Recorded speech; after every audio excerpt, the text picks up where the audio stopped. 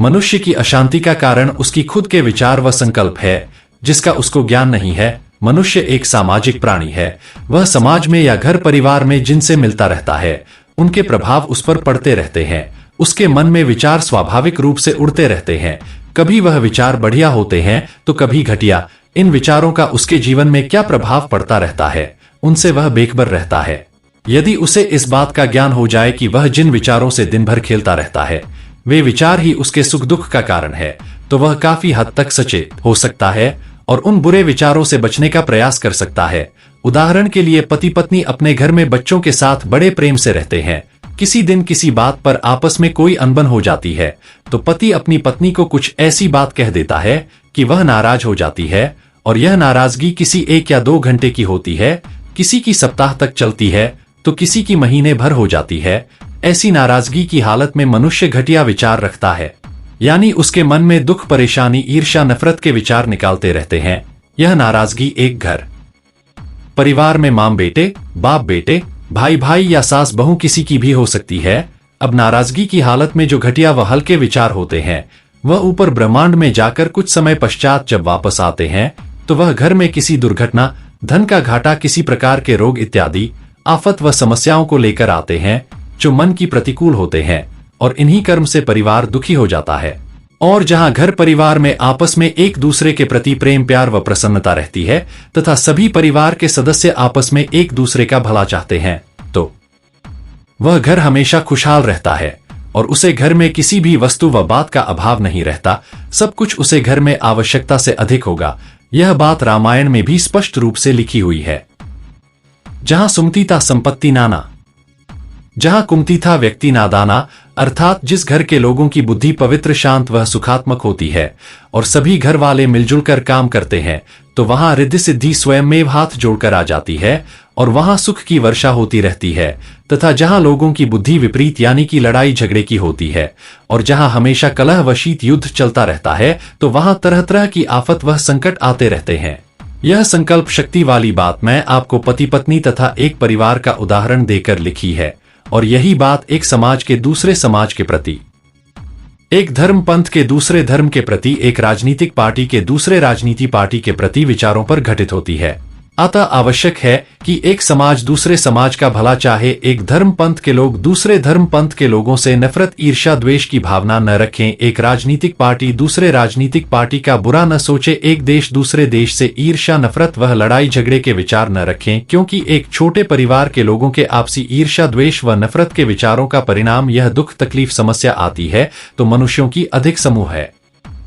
एक दूसरे धर्म संप्रदायों के समूह है या राजनीतिक पार्टी वालों की ईर्ष्या, नफरत आदि मतभेद वाले बुरे विचारों का परिणाम तो और भी अधिक होगा, जैसी भूकंप आना, महामारी फैलना, सूखा पड़ना, बाढ़ आना इत्यादि। यह सब सामूहिक बुरे विचारों का परिणाम है। आज हमारे देश में अचानक महंगाई का बढ़ जाना इतना जीवंत उदाहरण है। एक राजनीतिक पार्टी दूसरे राजनीतिक पार्टी की निंदा ही निंदा का प्रचार करती है। वह दूसरी पार्टी में कुछ अच्छा या गुण भी तो होंगे जिसकी चर्चा विरोधी पार्टी के सज्जनों के मुख से कभी नहीं निकलती। तो आप समझ गए होंगे कि इस लोक में मनुष्य जाति के दुख का यही मुख्य कारण है, क्योंकि किसान खेत में जैसा बीज बोता है वैसे ही फसल काटता है। जैसे कहा गया है, as you sow so shall you reap. अतः विचारों का मनुष्य जीवन में बड़ा महत्व है। वह अपने जीवन में जैसा सोचता है वैसा ही बन जाता है।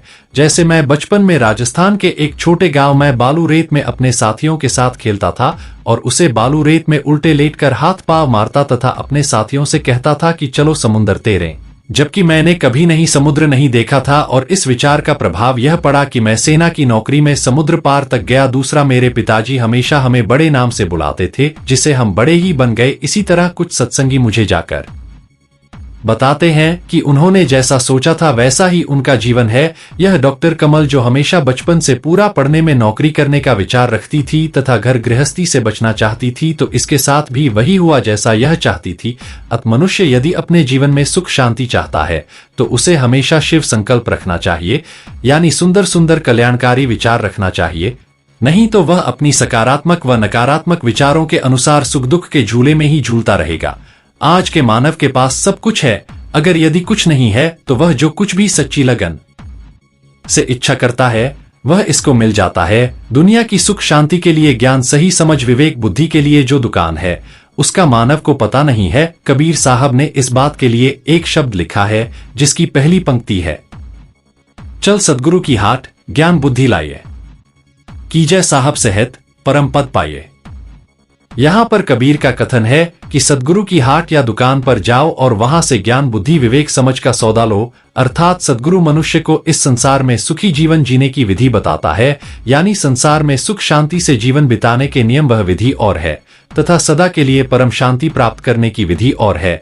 जैसे कहा है, जुबां से कहना और है, कर दिखाना और है, वैसे मरना और है, मर दिखाना और है। तो सद्गुरु की हाट से तुमको सब कुछ मिलेगा। तुम्हें जीने का राज या रहस्य मिलेगा कि दुनिया में कैसे जियो, क्या करो और तुमको अपना जीवन कैसे व्यतीत करना है, तथा किस बुद्धि और विवेक के साथ तुमने अपना जीवन चलाना है। सद्गुरु की हाट की चर्चा रामायण में कुछ इस प्रकार दी है, गति मति कीर्ति बहुती भलाई, जो जस जतन जहां से पाई, सो जानो सत्संग प्रभाव, वेद लोक नहीं और उपाओं। अर्थात मनुष्य का चाल चलन, चरित्र, बुद्धि, यश और परोपकार आदि शुभ गुण यह सब सत्संग से ही मिल सकते हैं।